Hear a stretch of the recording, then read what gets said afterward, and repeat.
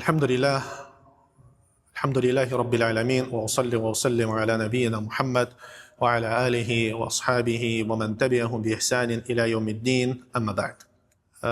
Muhtaram din qardaşlarım, bugünkü vaazimizde mümin kişinin en görkem sıfatlarından birisi turunda söyleşesim kile.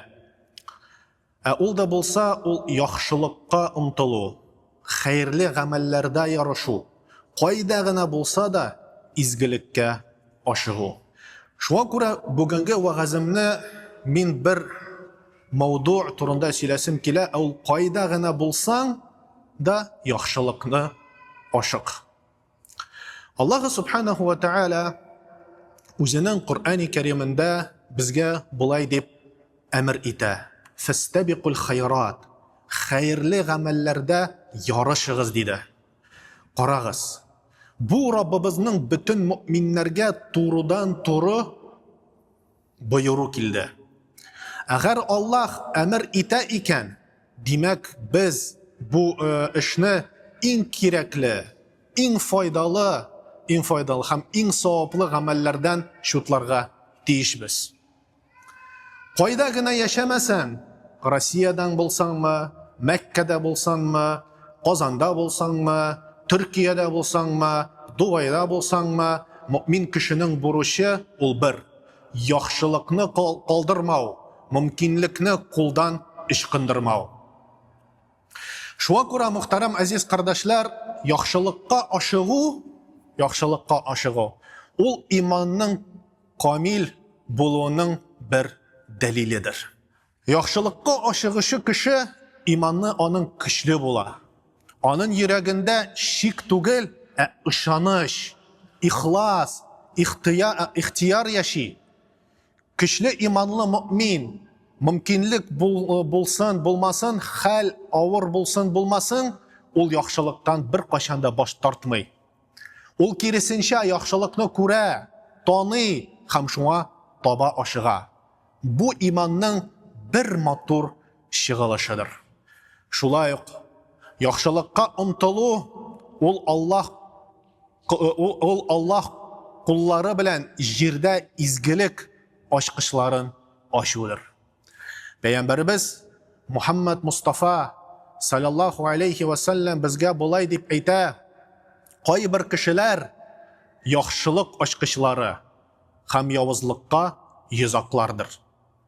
Qay bir kişiler yavuzlık aşkışları yaxşılıkka yüzaklardır dedi. Allah kimni yaxşılık aşkışı itken iken ona baxit bulur. Kimni yavuzlık aşkışı itken iken ona halakat bulur deb aytdi. Şuna göre kim yaxşılıkka aşığa iken Allah subhanahu wa ta'ala ona yaxşılık aşkışı deb itken. Hem bu Allah subhanahu wa ta'ala'dan bendege bulgan muhabbeti hem Allah subhanahu wa ta'ala'dan bulgan ona bir tevfiqidir. Yaxşılıkka aşığı ol dualarının kabul buluğuna yol aşa. Allah Teala o'zining Qur'oni Karimida Anbiya surasida shunday bir oyat aytadi. Allah subhanahu wa ta'ala Peygamber Zakariya turunda söyley hem ayta, Zakariya Rabbisiga yalvardı. Dua qila başladı hem aytdi, ey Rabbim, meni yalğız qaldırma. La tazarni fardan. Meni yalğız qaldırma. Biz onun duasını kabul ettik. Hem ona Yahya'nı verdik. Onun xotinining tuzatdik. Çünkü onlar hayırlı amellerde aşığalar. Bizga ümid bilan da, qo'rquvi bilan da duo qila edilar. Qarag'iz.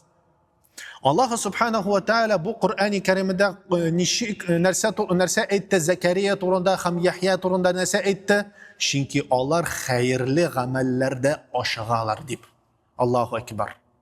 Şuna göre muhtaram aziz kardeşler, yaxşılıkka aşığı, Rusça aytkanda, tот, кто стремится к благим делам, onun duaların Allah subhanahu wa ta'ala kabul ete.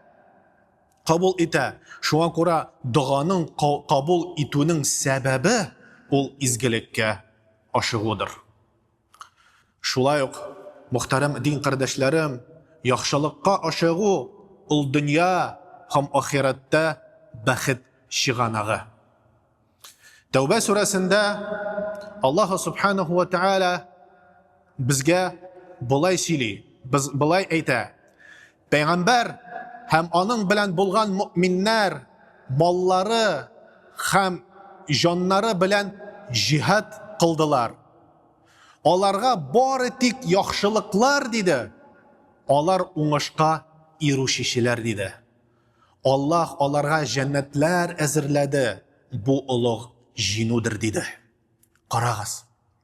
Бу аятта яхшылыкка ашыккан кешеләр нәрсә табалар? Дөньяда тынычлык, ахиратта уңыш, кабердә нур, мәхшәр көнендә ул шатлык табалар. Чөнки яхшылык эшләү ул бәхет ырлыгы. Аны кем аны шәши икән, ул бәхет таба. Шулай ук яхшылык эшләү ул зур гамәлләр генә түгел. Яхшылык сүздән генә тормый. Яхшылык ул бер кешегә елмаю, сәлам бирү, юлындагы пычракны алу, күршегә ярдәм итү, балага йомшак сүз әйтү, әти-әнигә игътибар күрсәтү, күңелдәге үчне, нәфрәтне ташлау, бөтенесе ул нәрсә яхшылыкка керә. Пәйгамбәрбез саллаллаху алейхи ва саллям әйтә иде: яхшылык һәрбер яхшы сүз, һәрбер ярдәм ул садака булып. Шуңа күрә кайда гына син булмасаң, эй Аллаһның кулы, йорттамы, эштәме, урамдамы, чит илдә дә булсаң да, яхшылыкны бер кайчан да ташлама. Мөмкинчелек вакытта һәр вакыт яхшылыкны эшлә. Чөнки яхшылык ул мөэминнәрнең сыйфаты. Чөнки Аллаһ Субханаһу ва Тааля Мөэмин сүрәсендә әйтә, алар хәерле гамәлләргә ашыгалар. Карагыз, Мөэминнәр сүрәсендә Аллаһ Субханаһу ва Тааля мөэминнәр турында, аларның сыйфатлары турында безгә әйтә, алар хәерле гамәлләргә ашыгалар. Һәм алар да беренче булалар. Шин мөэмин, мөхтәрәм азиз кардәшләр, булай бер кайчан да уйламый. Кемдер эшләр, мин дә соңрак кушылырмын дип. Юк. Мөэмин кеше ул һәр вакыт булай уйлый. Бәлки Аллаһ миңа бу мөмкинчелекне махсус бирде икән, мин беренче булырга тиеш дип шулай уйларга тиеш. Шуңа күрә мусульман кешенең ярышы байлыкта түгел, дәрәҗәдә түгел, дөрестлектә, изгелектә була.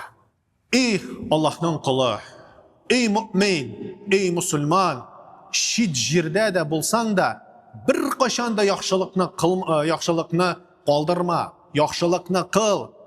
Бүген күпләребез юлда, күпләребез эштә, күпләребез сәфәрдә, күпләребез бүгенге вакытында чит илдә яшиләр. Башка шәһәрдә булсак да, без бер кайчан да яхшылыкны калдырмаска тиешбез. Пәйгамбәрбез саллаллаху алейхи ва саллям әйтә иде: кайда булсаң да Аллаһтан курык. Димәк, яхшылык һәр җирдә үз көчен саклый. Эштә гадел бул, җәмәгатьтә ихлас бул, гаиләдә йомшак бул, йөргән җирдә зыян бер кайчан да салма. Кайда булуың мөһим түгел, кем булуың мөһим түгел, бәлки мөһим ул яхшылыкны күрсәтү. Шулай ук, мөхтәрәм азиз кардәшләр, яхшылык ул Раббыбызның рәхмәтен җәлеп итә. Аллаһ Тааля изгелеккә омтылган бәндәне бер кайчан да ташламый. Киресенчә, ул аны күтәрә, аңа ярдәм итә, юлларын ача. Кем яхшылыкка омтыла, ул Аллаһның ярдәме астында була. Яхшылык ул мәчеттән генә түгел, ул тормышның һәр мизгелендә башлана. Гаиләдә, күршеләр арасында, урамда, юлда, камшулат ялгыз бүлмәдә булсан да. Шуңа күрә кем яхшылыкка ашыга, Аллаһ аны сөйгән бәндәләреннән итә. Кем яхшылык ашкычы булырга омтыла, Аллаһ аның белән җәмгыятькә бәрәкәт яңгыра һәм яудыра. Шуңа күрә мин сезгә Bu sözler bilan müracaat etem. Ey bendeler, ey kişiler, agar da sen Allah'ның yaratkan bendelerinden bulurga tiliysin iken, agar da sen saadatlikte, baxatlikte yaşarga tiliysin iken, agar da sen mana bu Allah'ның suygan kullarından bulasın kile iken, bir qachanda yaxshilikni tashlama. Ham eng yaxshilik ol g'ilm etu. G'ilm talab etu. Eng yaxshilik ol bir-birimizga yordam ko'rsatuv. Yordam ko'rsatuv. Shunga ko'ra muhtaram aziz qardoshlar, bir qachanda onun turunda unutmag'iz. Chunki yaxshilik ol saodatlik, yaxshilik ol baxtlik, yaxshilik ol tawfiq, yaxshilik ol hidayat. Allah subhanahu wa ta'ala bu kishini hidayatga bostira, ham ona to'g'ri yo'lga bostira, ham ona to'g'ri yo'l ko'rsata. Ham oxirinda aytasim kela, muhtaram din qardoshlarim, Allah subhanahu wa ta'ala barimizni da yaxshilikqa umtilushi, yaxshilik ochqishi bo'lishi, duosi qabul bo'lishi, dunyoda da, oxiratda da baxt topishi mu'minlardan etsin. Ham Allah subhanahu wa ta'ala barimizga da esenlikda, sog'likda, salomatlikda yasharga nasib etsin. Subhanak Allahumma bihamdik, ashhadu an la ilaha illa ant, astaghfiruka wa atubu ilayk, wa jazakumullahu khayran.